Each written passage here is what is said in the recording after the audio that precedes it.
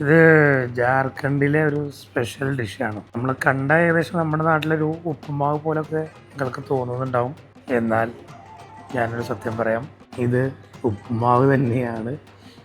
ആളുകൾ ജാർഖണ്ഡുകാരനാണ്, ഇവിടെ ഒരു ഉപ്പുമാവ് ഉണ്ടാക്കി തന്നതാണ്. പക്ഷേ കുറച്ച് വെള്ളം കൂടി പോയി അതുണ്ടായിരുന്നു. അപ്പോൾ ഞാൻ അവരോട് പറഞ്ഞു നമുക്ക് സ്പെഷ്യൽ ഡിഷായിട്ട് കഴിക്കാമെന്ന് പറഞ്ഞിട്ട്. ഇത് കുഴപ്പമില്ല, ടേസ്റ്റ് ഉണ്ട്, ഇത്തിരി വെള്ളം കൂടി എന്നുള്ളൂ, കുഴപ്പമില്ലാണ്ട്. ഇങ്ങനെയൊക്കെയാണ് ഓരോ ഡിഷ് ജനിക്കുന്നത് കേട്ടോ. ചിക്കൻ 65 കുറിച്ചിട്ട് ഇതുപോലെ ഞാനൊരു കഥ കേട്ടിട്ടുണ്ടായിരുന്നു. ചിക്കൻ 65 ചെന്നൈയിലുള്ള ഒരു ഹോട്ടലിൽ അവിടുത്തെ ഷെഫ് ഡെയിലി ഓരോ സ്പെഷ്യൽ ഉണ്ടാക്കും.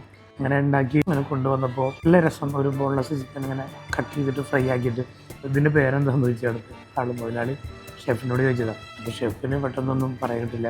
ചിക്കൻ 65 എന്ന് അങ്ങനെ പേരിട്ട്. കാരണം 1965 ജനുവരി 1 ആ ഒരു ഡേറ്റ്. അങ്ങനെയാണ് ആ ചിക്കൻ 65 എന്നുള്ളത് ഒരു ചെന്നൈയിൽ നിന്നുള്ള ഒരു ഷെഫ് ഉണ്ടാക്കിയതാണെന്നാണ് പറയപ്പെടുന്നത്.